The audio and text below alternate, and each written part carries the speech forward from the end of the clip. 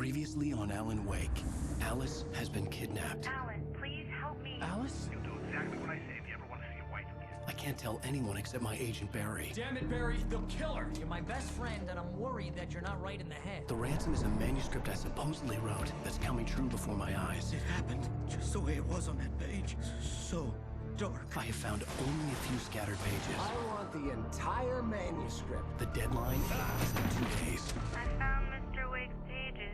Good girl. How the hell did she get her hands on the manuscript anyway? I don't know. She's resourceful. I told you were too hard on her. Listen, I found out all sorts of interesting stuff while I was digging around. Yeah. Mr. Wake, it's Sheriff Breaker. We have an FBI agent here, Agent Nightingale. FBI? He's anxious to see you. You'd better come to the station. Okay, I'll be right over, Sheriff. Let's make this quick, huh? Help you folks? Name's Randolph. I'm the manager. We're looking for Rose. Works as a waitress down at the diner. Rose, sure. Nice girl. Who wants to know? I'm Alan Wake. The writer, huh? I heard on the radio you were visiting. Well, I'll show you her trailer. That Rose, she's a nice girl. Always pays her rent on time. As I was saying, Al, I found all sorts of weird stuff from the local newspaper's archives. This place is crazy. Disappearances, mysterious deaths, urban legends come true, and get this, most of this stuff takes place around Cauldron Lake. Well, you ain't wrong, mister. The Indians thought the lake was a doorway to the underworld. I'm the God-fearing type myself. I don't hold with that sort of thing. Yeah, okay. Anyway, there was an island there owned by a guy called Thomas Zane. Now, some of the articles I found about him make him out to be a famous writer, but I ran a bunch of searches, couldn't find a single thing he wrote. Zane was heavily into diving, so much so that the place came to be called Diver's Isle. But the volcano under the lake erupted in 1970, and Zane went down with the island.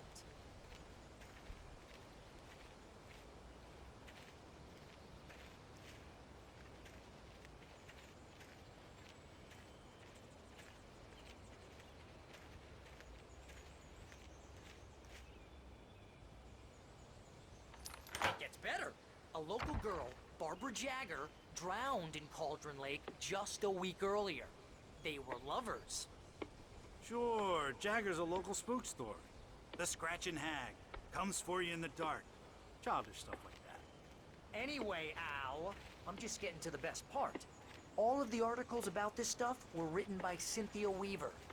I asked around, and she's that crazy bag lady you met. What, the lamp lady? She can be a little loopy, but she's not homeless or anything. Yeah, anyway, she knew both Jagger and Zane before they both died, and she had some kind of a breakdown.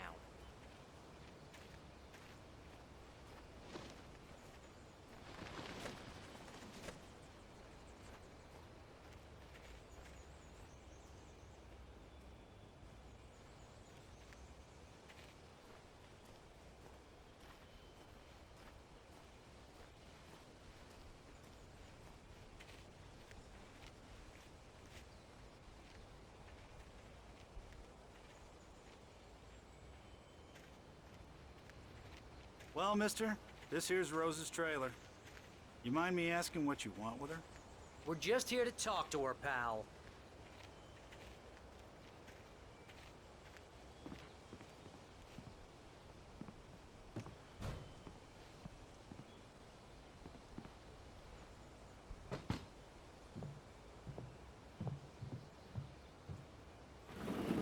Welcome to...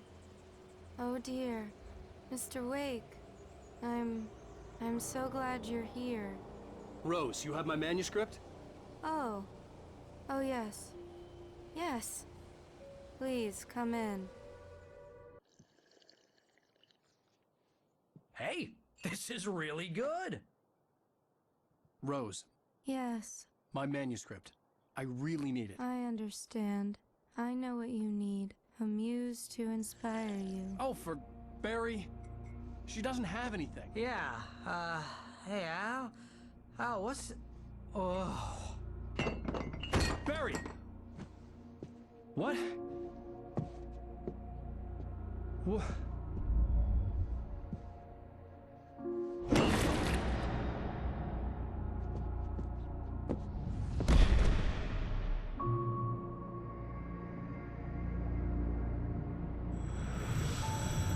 It's coming for you, hiding in my barber's skin.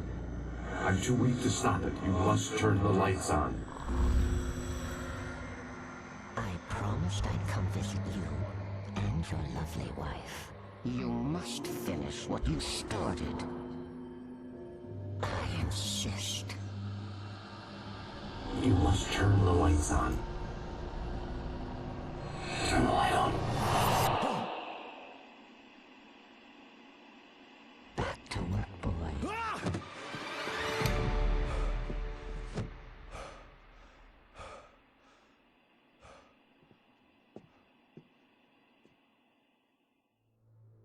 I felt nauseous, hungover. Only anger kept me going. I can't tell reality from dream anymore, but it seems I have an imaginary editor to help me. She's an old woman in a funeral dress. I call her Barbara Jagger. She's very strict. I'm writing faster and faster. My manuscript is being heavily revised. The edits are getting very aggressive, and each day there's less of me and more of her. I hate it, but I know she's right. She promises me I can save Alice this way. She knows more of this than I do. About the complex incantation I'm attempting. About this place. She's worked with another writer under similar circumstances, Thomas Zane. The genre of the story seems to be shifting. It's turning into a horror story. I'm getting close. I can feel it.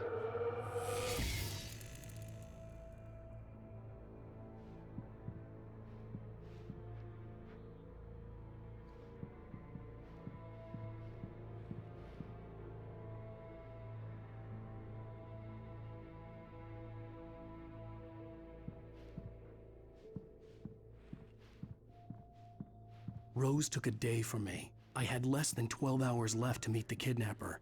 All I could do was get Barry into the car, work something out once I got on the road. Welcome to the Oh Dear Diner. What can I get you today? Coffee? I couldn't work up much hate for Rose. Something had used her to get to me and left its mark. First refill is free. Milk and sugar on the counter there. Would you like to hear today's specials? Thank you. A nice day. Come back soon. My gun and flashlight were gone. I'd have to find a way to get Barry into the car as quickly as possible. There was no time to waste.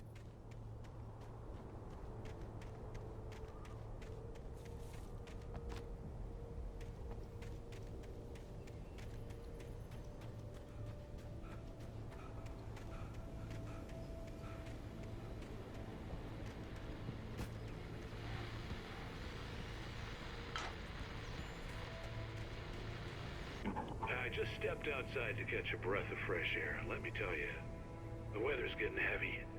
Nights like this make me especially glad I'm here talking to you and not home in bed. Once the weather takes a turn like this, I can't sleep at all. It's all tangled bed sheets and dark thoughts, punctuated by the occasional plunge into nightmare. Is it just me? Well, perhaps it is. But I hope I can make the night a little bit easier to get through. Caller, you're on KBF FM.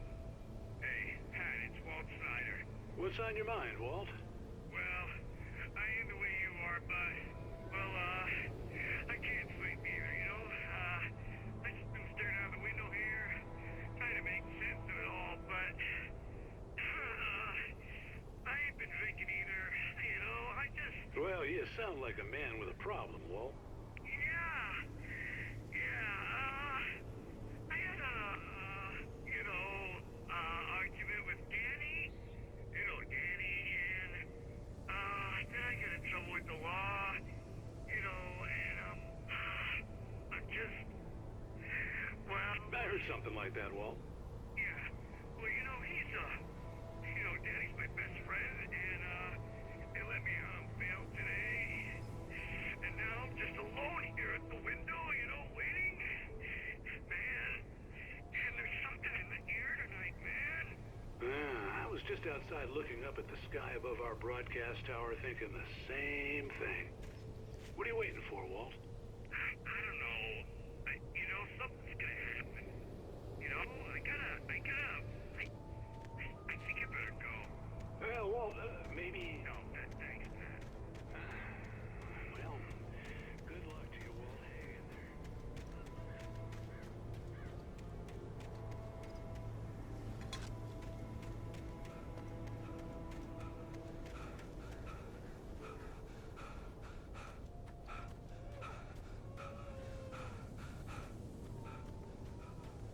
Oh, you're gonna get it now. God knows what you've done to that poor girl. This is Agent Nightingale, FBI! Get him up, Hemingway! You're under arrest! You move a muscle, I'll unload right in your goddamn face! Stay right where you are, Spillane!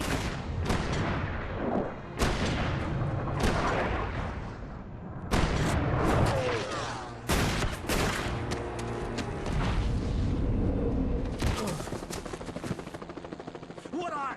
I'm standing right here, you goddamn maniac!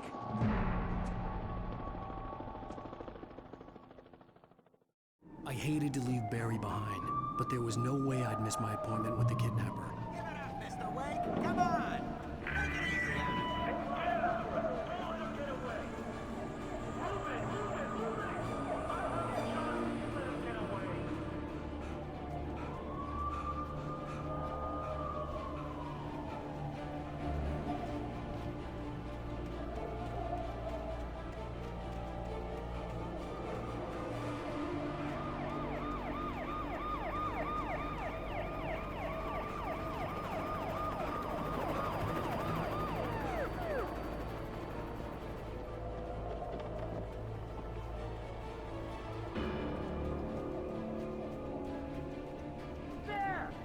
We have the suspect in sight!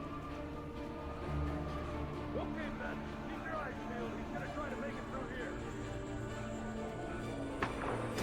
Oh, damn.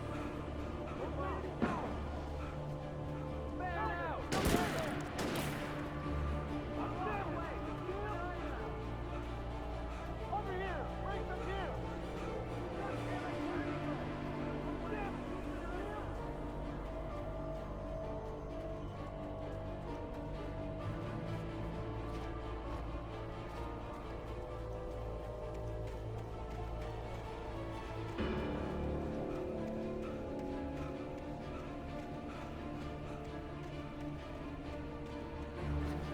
He's gone! Come on, guys! We need to head him off! Mr. Randolph liked Rose. That little smile she had. How she was still sweet when life had tried so hard to make her bitter. It wasn't any of his business what she did in her trailer. But those strangers, the writer and his smart-ass sidekick, looked like trouble. And they'd been in there for hours, way past her normal bedtime. He reached for the phone and called the sheriff's station. For decades, the darkness that wore Barbara Jagger's skin slept fitfully in the dark place that was its home and prison. It was hungry and in pain. It dreamed of its nights of glory when the poet's writing had called it from the depths and given it a brief, terrible taste of power and freedom. The rock stars had stirred it from the deep sleep the poet had sunk it back to in the end. When it sensed the writer on the ferry, it opened its eyes.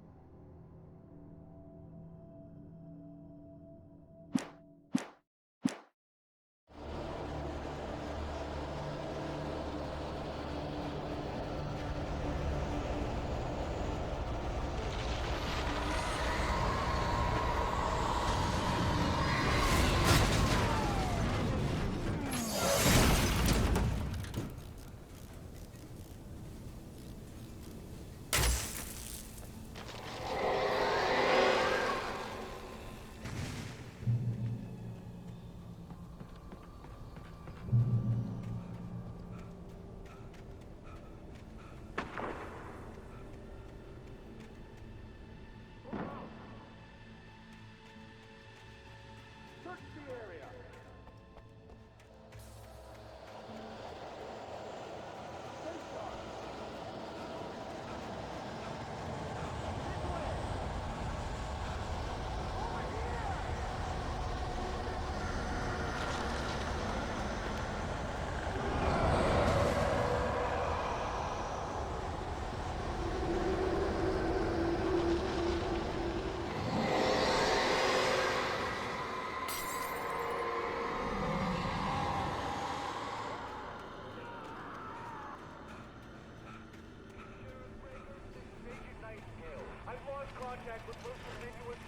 This horror was everywhere I went, circling me.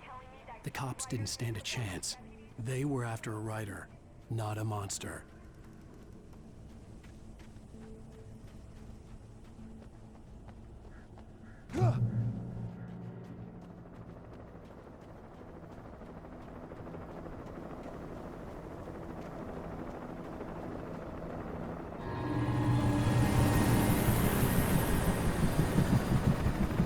You on the ground.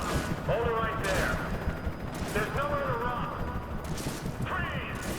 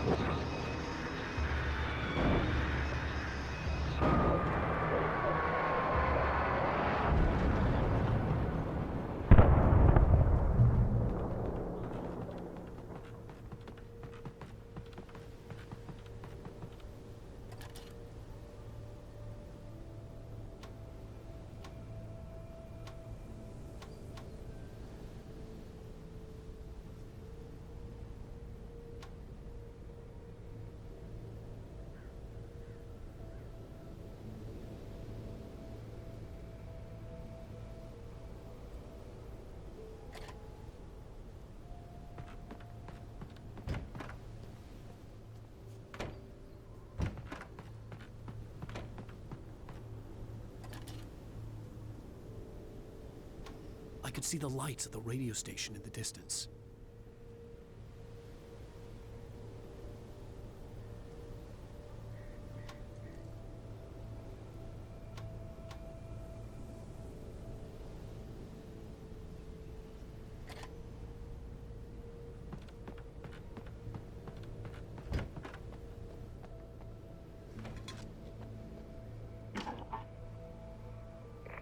This is James. Mulligan, Thornton, come in. Over. Thornton here. James, we got both Wheeler and Rose in custody. They didn't put up a fight or anything. Why, they were... Hey, what are you... Come on! Sit down and give me that. Jane, Mulligan here. Over. Go ahead, Mulligan. Over. We got Wheeler and Rose here. Wheeler's drunk or hopped up on something. Speaking of which, that Fed had a pretty distinctive whiff of Otis Scotch about him, if you know what I mean. Over. I don't have anything on that, Deputy Mulligan. Over. Well, whatever. Anyway, Rose is just being plain weird here. You better get Doc in to take a look at both. Over. Gotcha. You better get them here quickly. The, Fed's gonna want to interview Wheeler. Over. Oh, yeah, I'll bet he does. Looks like they have a lot in common. Mulligan out.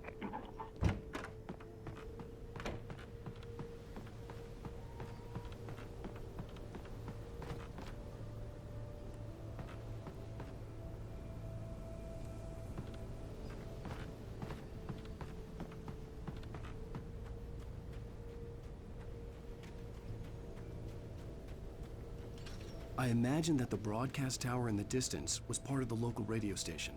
Maine seemed like a decent guy. Perhaps he could give me directions to the coal mine.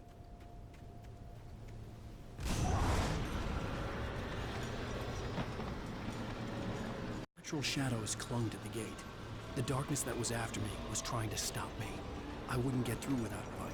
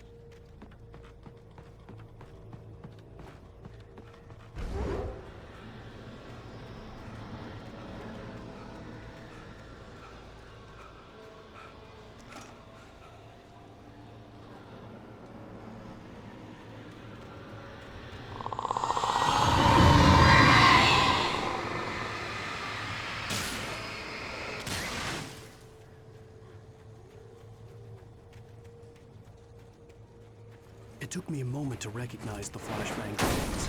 They were an ideal weapon for my situation. Team 1, come in. Over. Team 1, this is Sheriff Breaker. Report. Over.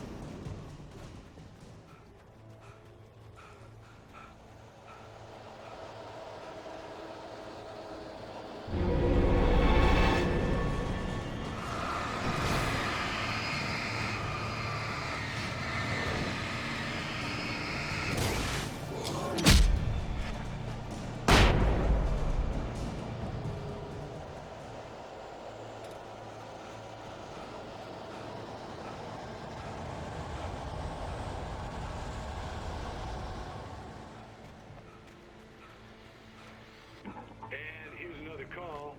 You're on KBFFM with Pat Maine. It's Milt Peabody, Pat. What's on your mind, Milt? Well, I live near the trailer park, Pat, and there's a big ruckus going on over there. Well, that's just up the road from me, too. What's going on, do you know? I don't know, but there's a bunch of police cars there, lots of sirens, a helicopter buzzing around, and I think I heard some gunshots. Gunshots? Yes, sir, like from a pistol. So can you find out what's going on? Because it's just next door and they're popping off guns there. They're still shooting?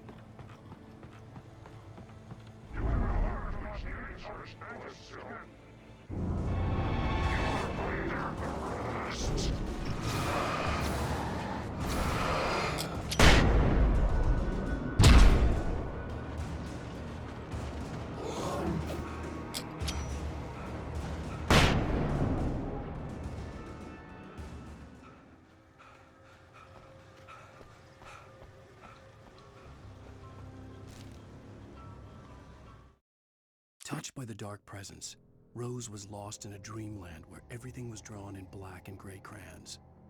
The old lady had promised her that all her wishes would come true. She would be Alan Wake's muse. She was smiling so hard it hurt her face. She crushed a bottle full of sleeping pills into the coffee. Deep down inside, she was screaming in terror.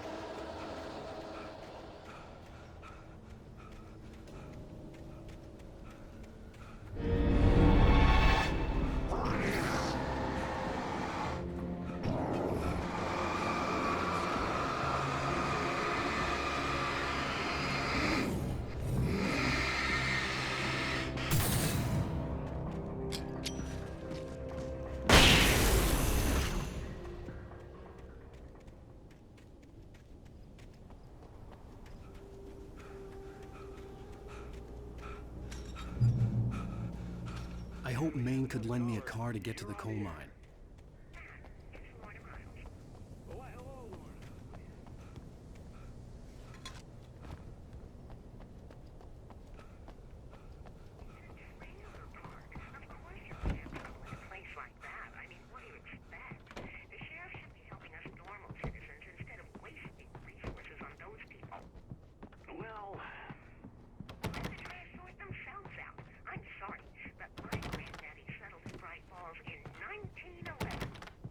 Well, thank you very much for that compassionate viewpoint, Lorna. Oh, here's a little surprise. The famous writer Alan Wake just walked in. Folks, I'm going to see if I can talk him into an interview. Come on in, Mr. Wake. Oh, I'm so glad you could find the time to do this, Mr. Wake. Nowhere to run now, Dan Brown. You back away from me. Don't hurt her. Whoa. Everyone calm down. Put the gun down. We're all friends here, right? Cool your jets, Nightingale. We got him. What the hell's the matter with you? There's a civilian in there.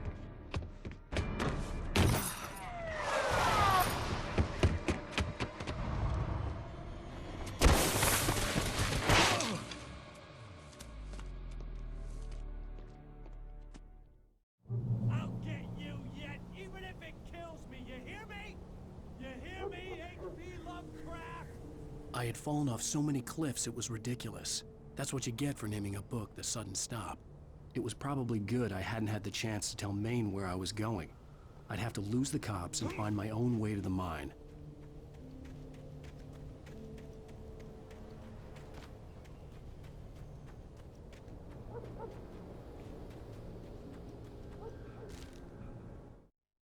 Nightingale stared through the broken studio window into the dark woods. He turned around, started to walk out, but Maine grabbed his arm. "Young man, you almost shot me. You don't shoot off rounds at people like that. What's the matter with you?" Nightingale shook his arm free, marched out. His cheeks burned with rage and humiliation.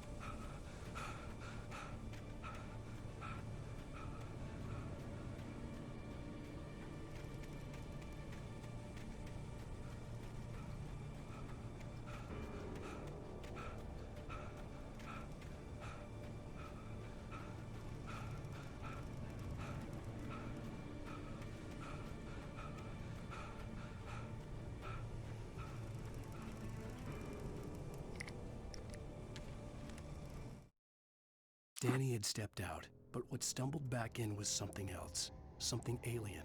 A monster. Walter tried to kill it, first with his fists, then a chair. It wouldn't die. Instead, it kept coming, unaffected by the beating it had taken. After Walter managed to kick it down the cellar stairs, fear took over. He ran, got behind the wheel, gunned the engine. The booze wouldn't make him forget, but he knew he had to try.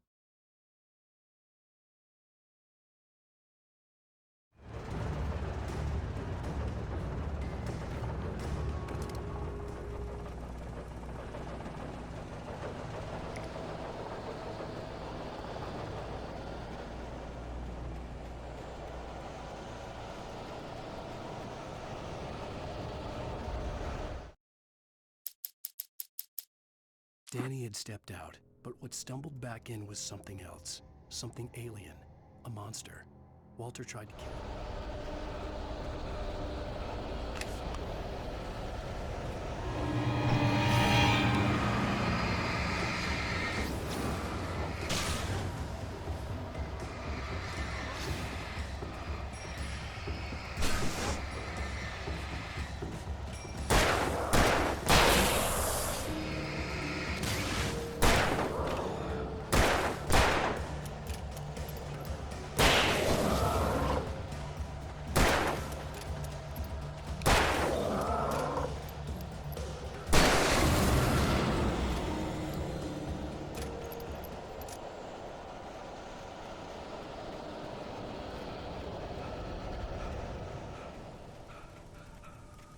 There was no sensible reason for the power company work lights to be here.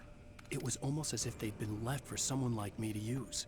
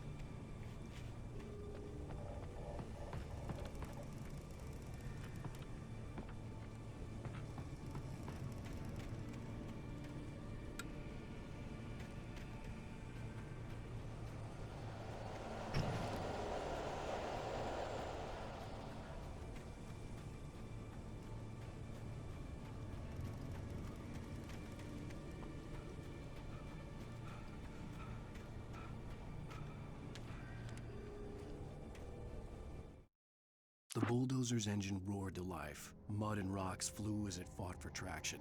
It crashed through the concrete wall and landed heavily in the yard. If it were an animal, it would have shaken its head after the impact, fixed its eyes on me, and charged. Of course, it had no head, nor eyes. Shadows crawled on its form, twisting it into a monster. Then, it came for me.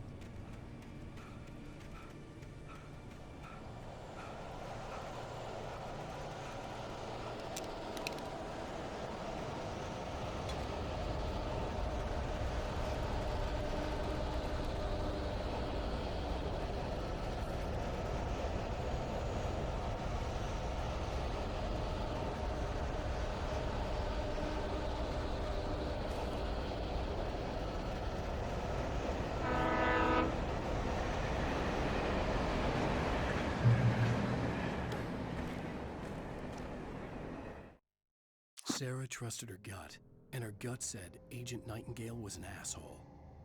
He felt wrong, and it wasn't just the smell of stale booze. It was in the way he flashed his badge, pulled rank, the look in his eyes when he wanted answers. Where was Alan Wake? What was this about an accident? Where was his wife? And most importantly, why did she let Wake go? He wouldn't answer her questions. Federal business was all he'd say.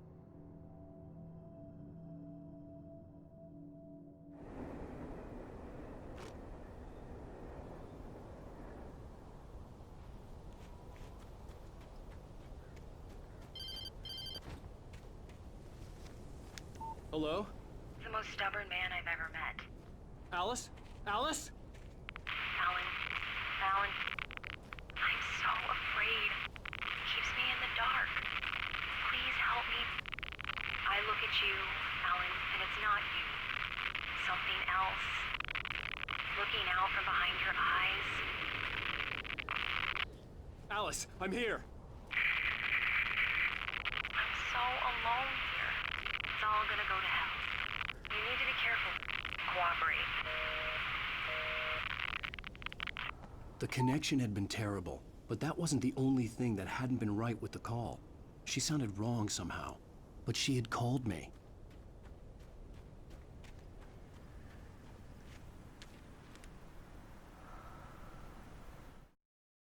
The pipe wrenched itself loose from the bridge's steel framework. Wrapped in darkness, it floated in midair, twitching. For a moment, I didn't understand what I was looking at. The heavy object lurched at me with impossible force. I threw myself out of the way, but just barely. When I turned my flashlight on it, it shook in a dark rage before it flew at me again.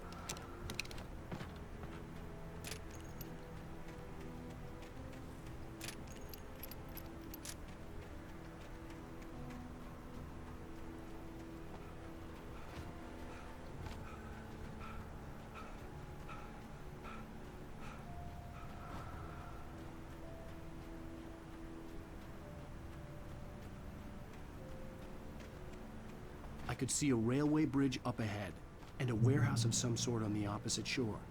I hoped I could find a car from there.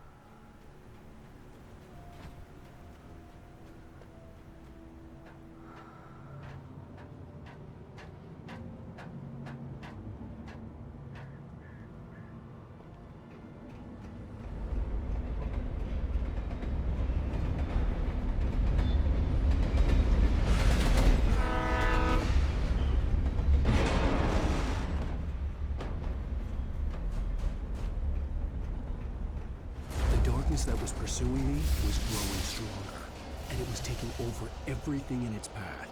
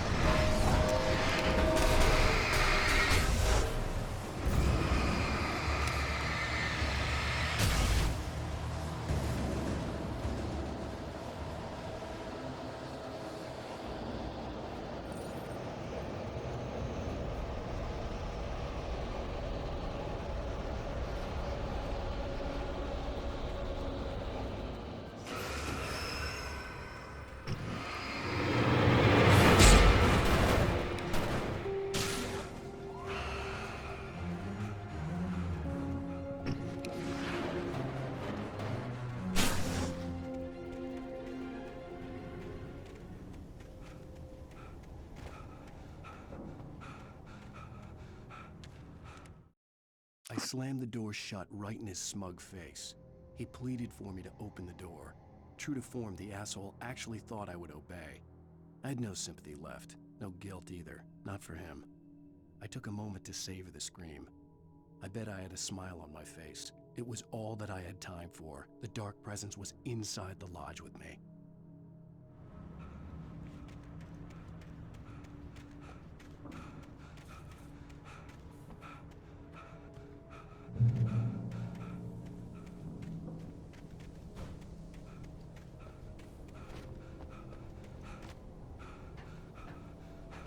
As a teenager, just starting to get interested in writing, Stephen King had been a source of inspiration to me. I thought about all the inanimate objects that had come to life in his books. No one is safe in a good horror story. Certainly not the protagonist. That's what makes them fun. This was anything but. The darkness could possess anything, and it was getting closer.